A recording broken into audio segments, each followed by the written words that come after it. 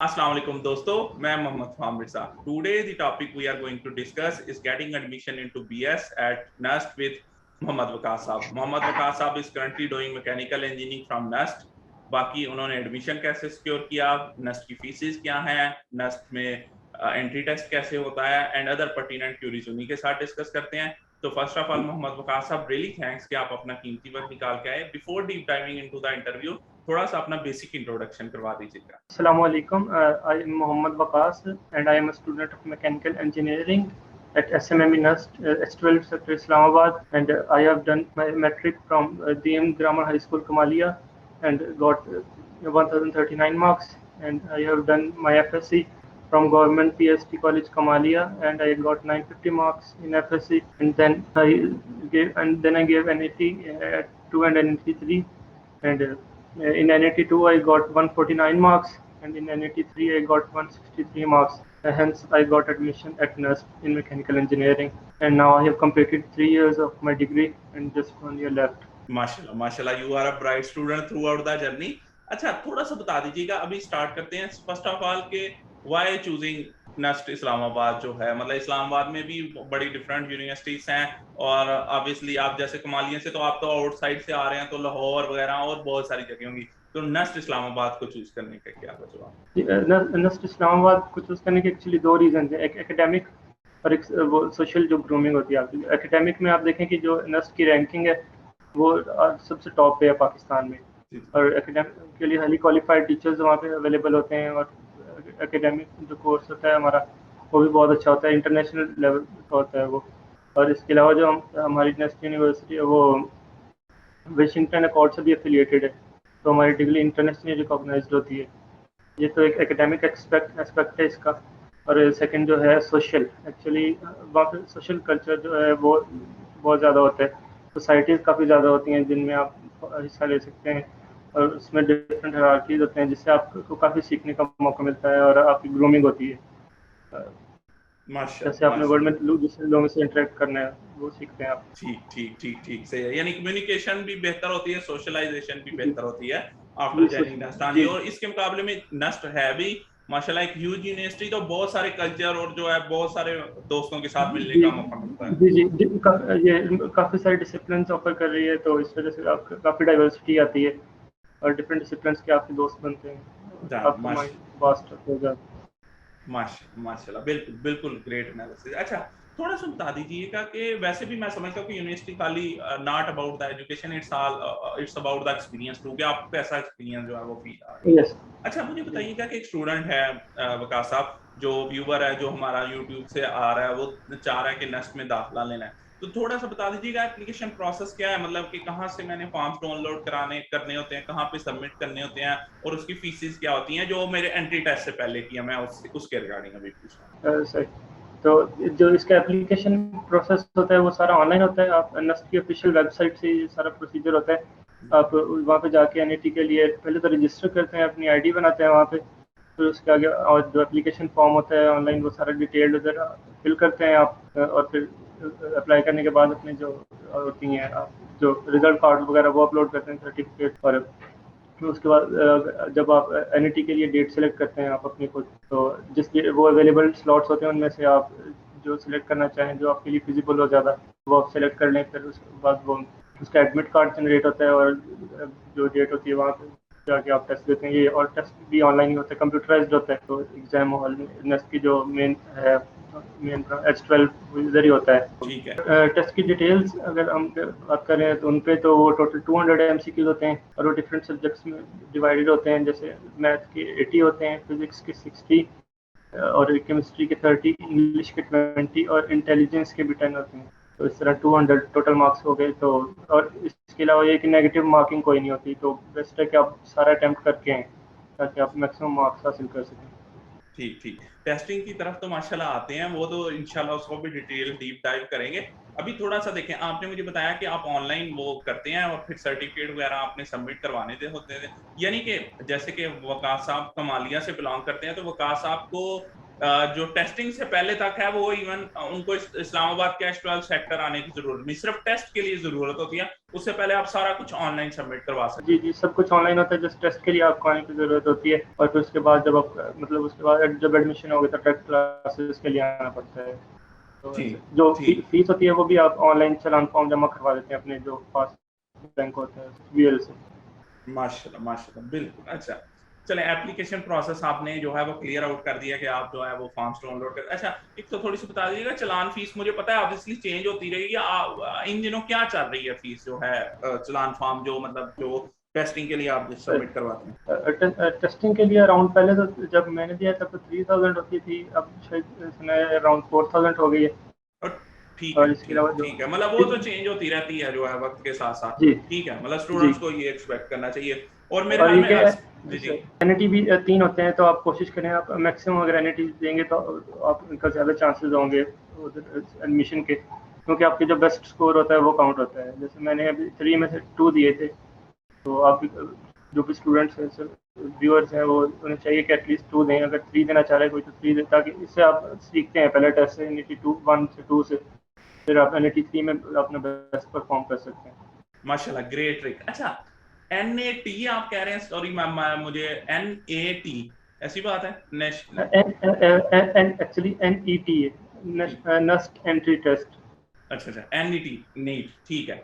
अच्छा अब मुझे बताइएगा, देखिए आपने टेस्ट के बारे में बता दिया हमारे फीस क्या, अब मुझे बताएं, अब आते हैं नीट की तरफ। जैसे आप कह रहे हैं कि एक तो होता है कंप्यूटराइज, मुझे बताया आपने कहा 3 दफा होता है, 3 दफा हमें मतलब क्या नस्ट की वेबसाइट पे वो हो रहा होता है नीट का टेस्ट के, मतलब वो कि अब डेट्स हैं, डेट्स का कैसे स्टूडेंट्स को पता चल सकता है कि जो है ना मतलब ये डेट्स जो हैं इसमें टेस्ट हो रहा है, तो वो 3 दफा दें ताकि उनका चांसेस बढ़े एडमिशन के ऊपर? ऐसा ही ये जो टेस्ट होता है 3 दफा, फर्स्ट NET 1 होता है दिसंबर में, यानी जो नेक्स्ट ईयर के लिए एडमिशन उनका इस दिसंबर में होगा, दिसंबर और जनवरी में, और जो NET 2 होता है वो मार्च में होता है अराउंड, और जो NET 3 है वो होता है जून जुलाई में।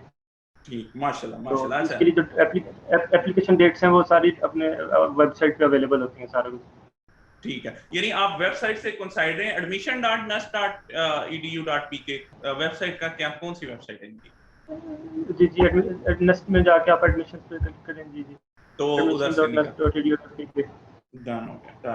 अच्छा जी, अच्छा अब आते हैं नीट के टेस्ट। जैसे आप बता रहे थे, आपने डिवाइड कर दिया, आपने कहा फिजिक्स के इतने मार्क्स होते हैं, मैथमेटिक्स के इतने क्वेश्चंस होते हैं, कुल 200 होते हैं उसमें, फिजिक्स के इतने, मैथमेटिक्स के टोटल 200। जी टोटल 200 होते हैं। डन हो गया। आप बताएं, मुझे बताएं, देखिए सबसे पहले आते हैं कि फिजिक्स, मैथमेटिक्स और केमिस्ट्री वगैरह ये वाले सब्जेक्ट्स जो होते हैं, ये आया मतलब FSC की बेसिस पे होते हैं या किस तरह का कोर्स कंटेंट होता है टेस्ट में जो है? इसमें जो कोर्स कंटेंट होता है वो मोस्टली बुक से होता है, यानी मोस्टली MCQ बुक से होंगे, और कुछ होते हैं जो टेक्निकल, यानी जिनसे वो चेक करते हैं आपके, ताकि मार्क्स थोड़ी डायरेक्ट भी हो सकें।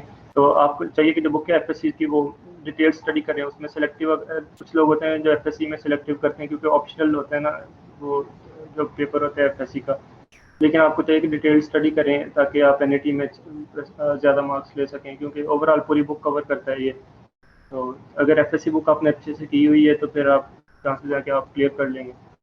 ठीक है, यानी FSC की बुक को आपने कोशिश करना है अच्छी तरीके से जो है वो सारों को याद कर कंसेप्चुअली पढ़ना है उसको, सॉरी याद वाला तो जी याद वाला तो FSC में हो गया ना। हाँ जी कंसेप्चुअली समझना है ताकि आप जो MCQs है उसे एनालाइज करके सॉल्व करें, जो करेक्ट ऑप्शन है वो टिक करें। ठीक है। अच्छा अब आपने बताया जो इंटरेस्टिंग बात है, यूजुअली ना स्टूडेंट्स को ये नहीं पता होता कि नेगेटिव मार्किंग है या नहीं है, ये क्या स्पेसिफिकली मेंशन किया होता है उन्होंने कि नेगेटिव मार्किंग है या नहीं है? स्टूडेंट को कैसे पता चल सकता है? मतलब देखें, हो सकता है इस साल में आ जाए, मतलब मुझे नहीं पता, obviously we do not make policies NUST बनाती है, हम जस्ट जो है लोगों को गाइड कर सकते हैं। तो वो क्या पेपर पे लिखा होता है कि आपकी इसमें नेगेटिव मार्किंग है या नहीं है? ये नस्ट का जो टेस्ट है इसमें नेगेटिव मार्किंग मतलब पहले भी नहीं हुई और अभी भी नहीं होती, तो ये क्लियर है। ECAT में होती है नेगेटिव मार्किंग, तो इस वजह से शायद बच्चे कंफ्यूज हो जाते हैं। वैसे वो इंस्ट्रक्शंस में लिखा होता है there will be no negative marking sir attempt all the questions. ठीक है, फिर तो मैं स्टूडेंट्स को कहूंगा कि सारे कम से कम लगा के आ जाए, कोई बात नहीं हो सकता है कि 5 अगर नहीं भी आते तो एक जो है किस्मत में आपकी हो जाए। जी वो प्रोबेबिलिटी पे होता है कि आप, इसलिए कहते हैं कि मैक्सिमम लगा के। डन हो गया।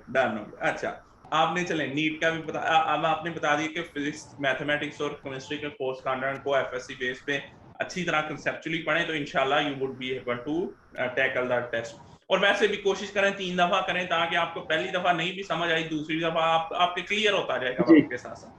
अब थर्ड बात जो जी आती है वो ये है, आपने कोर्स कंटेंट भी बता दिया। अब देखिए इंग्लिश, इंग्लिश तो ऑब्वियसली एफएससी वाली नहीं आ रही होगी, मतलब एफएससी के कोर्स कंटेंट से नहीं आ रही होगी। इंग्लिश किस तरह की आती है और किस तरह के स्टूडेंट्स देखें, ये इंग्लिश में मैंने मोस्टली देखा है कि जो ए लेवल ओ लेवल मेथडोलॉजी से आते हैं उनको थोड़ा एडवांटेज होता है इंग्लिश में, हमेशा ही वो बेहतर परफॉर्म कर पाते हैं।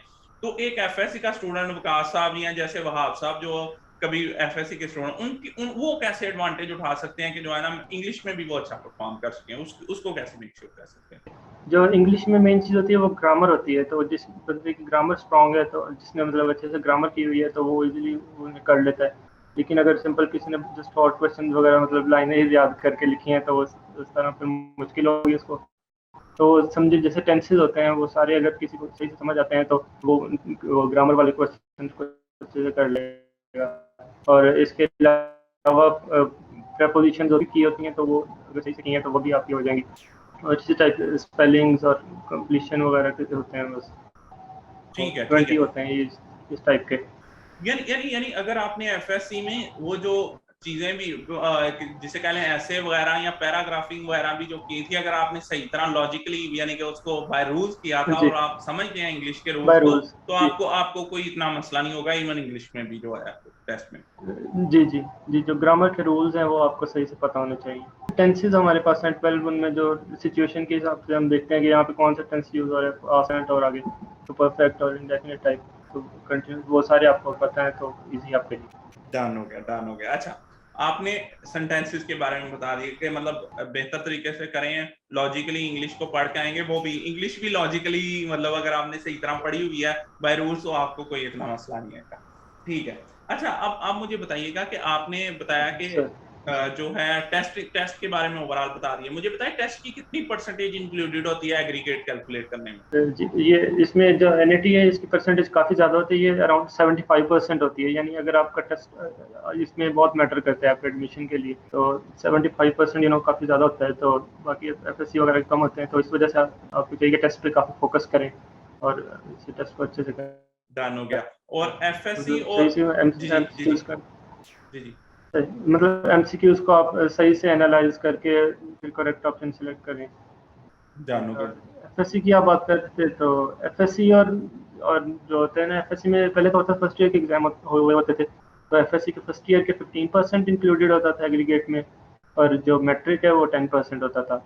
लेकिन इस बार क्योंकि कोविड की वजह से फर्स्ट ईयर के एग्जाम्स नहीं हुए, तो इस बार जस्ट सिर्फ इस बार के लिए जो मैट्रिक है वही 25% इंक्लूड होगा, ठीक और है। नेक्स्ट टाइम से फिर जो वही डिफॉल्ट है वही चलेगा। डन हो गया।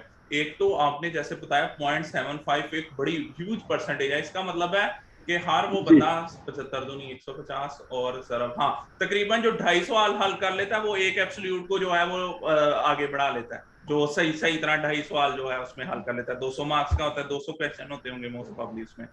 जी जी जी, 200 मार्क्स का होता है, 200 क्वेश्चन भी होते हैं। ठीक है, तो यानी हर 2.5 क्वेश्चंस के ऊपर एक एब्सोल्यूट चेंज हो रहा है स्टूडेंट्स का, क्योंकि 75% है जो यस है। अराउंड, जी डन। Around almost. हाँ हाँ जी जी, ठीक है, वो थोड़ा थोड़ा बहुत हो सकता है ऊपर नीचे हो। अच्छा, तो अब यानी जी फार्मूला अगर हमारे पास आएगा तो ये आ गया 0.75 into percentage of testing marks plus point yes 15 into FSC marks, जब तक एफएससी मार्क्स है, प्लस 0.1 जी इंटू जी जी परसेंटेज ऑफ मैट्रिक मार्क्स, जो कि अब शायद जी plus 0.25 of a, matric marks बन चुके हो, ठीक जी है? जी जी, अब सिर्फ मैट्रिक है तो 0.25 इंटू मैट्रिक मार्क्स होगा। डन हो गया। अच्छा अच्छा, मुझे बताइएगा कि जी एक तो आपने अप्रूविंग एग्रीगेट का ऑलरेडी बता दिया कि वैसे ही एक तो एफएससी और मैट्रिक की परसेंटेज इतनी छोटी है, सो एफएससी और मैट्रिक को तो रिपीट करने की सोचे ना। और वैसे भी पर्सनली मैं एज ए जी गाइडर जी भी स्टूडेंट्स को रिकमेंड नहीं करता कि यार एक साल बहुत बड़ी चीज होती है कि मतलब आप सिर्फ जो है एफएससी और जी उसके जी, बाद भी साल आपको ज़ाया पता करना नहीं नहीं आप चाहिए, क्योंकि इम्प्रूव करेंगे कि नहीं। जी जी जी, और इसके अलावा ये कि आपकी पढ़ाई में वो डिसकंटिन्यूटी जो आ जाती है वो अच्छी नहीं होती। तो हाँ जी आपको हाँ जी, चाहिए कि वो रिपीट करने के बजाय आप एनईटीज एक से ज़्यादा बार दिया हो आपने तो बेहतर रहता है। तो बेहतर कोशिश रहता है। करें कि 2 एनईटीज तो दे दें, ताकि जी जी आपका ये ना हो कि मेरे टेस्ट में कोई प्रॉब्लम हो गया था, आपके पास नेक्स्ट चांस हो एनईटी 3 का। जी जी, एनईटी को कंसेप्चुअली फॉलो करने की कोशिश करें बजाय के आप एफएससी और मैट्रिक की तरफ देखें। अच्छा, अब मुझे बताएं, आपने एग्रीगेट को तो इम्प्रूव करने का बता दिया, थोड़ा सा बता दें इस टाइम में, मुझे पता है नस्ट बहुत बड़ी यूनिवर्सिटी है, इसलिए बहुत सारी डिग्रीज ऑफर होती होंगी, लेकिन अभी के लिए मैं इंजीनियरिंग और साइंसेस की तरफ रहना चाहूंगा ताकि हमारा स्कोप जो है वो लिमिटेड, जो कि आपके डिपार्टमेंट से तकरीबन रिलेटेड है। जी, मैं इंजीनियरिंग टेस्ट दिया मैंने, तो जी जी, तो इंजीनियरिंग में कौन कौन सी डिग्रीज ऑफर कर रहा है इस टाइम जो है नस्ट, और क्या क्या मेरिट्स रहे हैं पिछले 1-2 सालों में उनके, ताकि स्टूडेंट्स को एग्रीगेट कैलकुलेट करते हुए अंदाजा उसके कि यार मेरा आया टेस्ट हो, मैं अल्टीमेटली इस यूनिवर्सिटी में इस डिपार्टमेंट में जा भी सकूंगा या नहीं, थोड़ा सा इस बारे में। ऐसे तो डिसिप्लिन काफ़ी ज़्यादा ऑफर हो रहे हैं, और इंजीनियरिंग में हमारे पास जो है mechanical engineering, electrical engineering, civil engineering, software engineering, और इसके अलावा हमारे पास केमिकल इंजीनियरिंग भी है और इन्वायरमेंटल इंजीनियरिंग भी है। हो गया, और इनके मेरिट्स लास्ट 2 to 3 इयर्स अगर आप बता सकें क्या रहे हैं? मेरिट्स में टॉप मेरिट पे तो मैकेनिकल होती है, और उसके बाद इलेक्ट्रिकल, फिर सॉफ्टवेयर और सिविल, और फिर आगे केमिकल, और बाद में इन्वायरमेंटल। तो डन हो गया। अब कैलकुलेशन में ये जी जी जी हाँ जी, मैं परसेंटेज फॉर्मेट में अगर आप बता सकें, मतलब वो स्टूडेंट्स को 86% वो, मतलब वो जो होता है जिससे वो अंदाजा लगा सकें। सही, तो जो परसेंटेज के हिसाब से होता है वो, मतलब अगर आपके 80% और अबव है फिर तो आपका किसी में भी हो जाएगा जी। और फिर जैसे नीचे जाते जाएं तो फिर आपका वो डिफरेंट होने लग जाते हैं कि टॉप में शायद आपका ना हो अगर आपके कम है तो इसका यही हिसाब होता है कि जो आपकी परसेंटेज एग्रीगेट होता है ना, इसके हिसाब से आपकी एक मेरिट पोजीशन बनती है। जो पोजीशन अनाउंस होती हैं वो मेरिट लिस्ट में आपकी पोजीशन गिवन होती है कि आपकी कितनी पोजीशन है। तो क्लोजिंग मेरिट लास्ट ईयर का मैंने साइट पे निकाला हुआ है, ये लास्ट ईयर का ऐसे है कि जो मैकेनिकल इंजीनियरिंग है हमारे पास उसका 440 है इस्लामाबाद में, यानी एसएमएमई हमारा जो मेन डिपार्टमेंट है वहाँ 440 लास्ट मेरिट जिसका एडमिशन हुआ है। टोटल 150 का बैच होता है। और इसके बाद इलेक्ट्रिकल वाला जो था, इलेक्ट्रिकल इंजीनियरिंग का जो लास्ट मेरिट था वो 1048, यानी जो 1048 पोजीशन था उसका एडमिशन हुआ है जो उससे ऊपर है। और इसके अलावा सॉफ्टवेयर का भी 1040, और इसके केमिकल इंजीनियरिंग का है 1283, और सिविल का रह गया, सिविल इंजीनियरिंग का है 1163। तो इस हिसाब से फिर मतलब स्टूडेंट्स खुद से रिड्यूस कर लें कि उनका मेरिट कितने नंबर पे आया तो अंदाजन उनका किस डिपार्टमेंट में हो सकता है। जैसे आप कह रहे हो कि 80% से ऊपर मार्क्स ले लें तो चांसेस होते हैं हर डिग्री जो आपकी पसंदीदा आप फिर तो किसी में भी जा सकते हैं आप अपनी मर्जी में। डन हो गया, माशाल्लाह रियली गुड, ग्रेट एनालिसिस। अच्छा, अब थोड़ा सा बता दीजिएगा कि स्टूडेंट्स को कौन सी इंपॉर्टेंट डेट्स रिमेंबर करनी चाहिए, मतलब जो जिसमें टेस्टिंग हो रही हो या एडमिशन हो रही हो, ताकि वो मिस ना करें। कम से कम देखें, एग्जैक्ट डेट तो हम नहीं बता सकते क्योंकि एग्जैक्ट डेट तो रन टाइम पे डिसाइड होती है, लेकिन जी लेकिन मंथ्स डिसाइडेड तकरीबन होते हैं कि मतलब इस मंथ में यूजुअली ये हो रहा होता है। तो वो मंथ्स कौन कौन से हैं जिसमें जो है वो स्टूडेंट्स को अलर्ट रहना चाहिए और वेबसाइट को देखते रहना चाहिए? सही, अगर आपने एनईटी 1 देना है तो वो नवंबर में उसकी हो जाती है रजिस्ट्रेशन स्टार्ट, तो आप नवंबर में रजिस्टर करते हैं उसके लिए, और दिसंबर में और नेक्स्ट जनवरी तक ऑलमोस्ट चलता है वो एनईटी 1, तब आप दे सकते हैं। और जो एनईटी 2 है उसके लिए आप रजिस्ट्रेशन फरवरी में होती है उसकी, और जो टेस्ट है वो मार्च में होता है एनईटी 2। और जो एनईटी 3 है उसकी रजिस्ट्रेशन मई में होती है और टेस्ट जून और जुलाई में होता है। ठीक तो आपको चाहिए कि जो इन टाइम आप अप्लाई कर दें, रजिस्टर कर दें उसके लिए ताकि आप एनईटी दे सकें। डन हो गया, माशाल्लाह। अच्छा, मुझे बताइएगा नेट का स्कोप क्या है? सॉरी नेट नीट का एनईटी तो उसका स्कोप क्या है, मतलब यानी कौन सी यूनिवर्सिटीज में उसकी बेसिस पे आप दाखिला ले सकते हैं? थोड़ा सा अगर आपको इसके बारे में। जो नस्ट एंटी टेस्ट जैसे नाम से जाहिर है कि ये सिर्फ नस्ट के लिए है, तो कोई और यूनिवर्सिटी में तो नहीं हो सकता। जो नस्ट के आगे डिफरेंट है कैंपसेस, उनमें आपका एडमिशन इस बेसिस पे हो सकता है। जैसे नस्ट के 4 कैंपसेस हैं, एक नस्ट का मेन कैंपस इस्लामाबाद वाला है, एक नस्ट का रावलपिंडी वाला कैंपस है, CEM वो आता है ज़्यादा आर्मी के अंडर। और इसके अलावा एक रिसालपुर में है हमारा एरोनॉटिकल इंजीनियरिंग के लिए, और एक कराची में है वो PNEC। तो इसके अलावा कोयटा में भी हमारा एक अभी स्टार्ट हुआ है रिसेंटली, उधर भी एक कैंपस उन्होंने इनिशिएट किया है, तो उधर भी कुछ डिसिप्लिन ऑफर हो रहे होंगे।